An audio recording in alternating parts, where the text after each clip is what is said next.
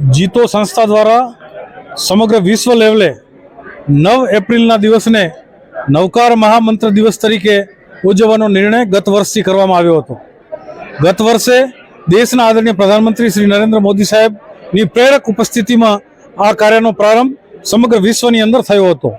આ નવકાર મહામંત્ર દિવસનો હેતુ સામૂહિક નવકાર મહામંત્રના જાપથી વિશ્વ કલ્યાણ અને વિશ્વ શાંતિનો હેતુ સાથે આ નવકાર મહામંત્ર દિવસની શરૂઆત કરવામાં આવી છે। અત્યારે બીજા વર્ષે આ વર્ષે પણ લગભગ વિશ્વના 108 જેટલા દેશોમાં હિન્દુસ્તાનની અંદર 100 જેટલા સ્થાનો ઉપર મોટા અનુષ્ઠાન અને 6000 કરતાં વધુ સ્થાનો ઉપર અલગ અલગ ઉપાશ્રય સ્થાનક દેરાસર સ્કૂલો અને અલગ અલગ સ્થાનો પર આ પ્રકારના કાર્યક્રમો આજે થયા છે।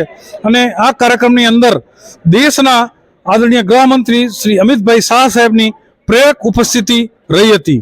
રહી વાત ભુજની, તો કચ્છના આ મથક જિલ્લા મથક ઉપર ભુજ ઉપર ટાઉન હોલની અંદર સમગ્ર ભુજના તમામ સંપ્રદાય ગચ્છના જૈન પરિવારો એક સાથે સમૂહમાં ઉપસ્થિત રહી અને સામૂહિક નવકાર મહામંત્રનો જાપ કરી વિશ્વ કલ્યાણ અને વિશ્વ શાંતિ માટે અંદરના ભાવ સાથે સામૂહિક પ્રાર્થના અને જાપ કર્યા હતા।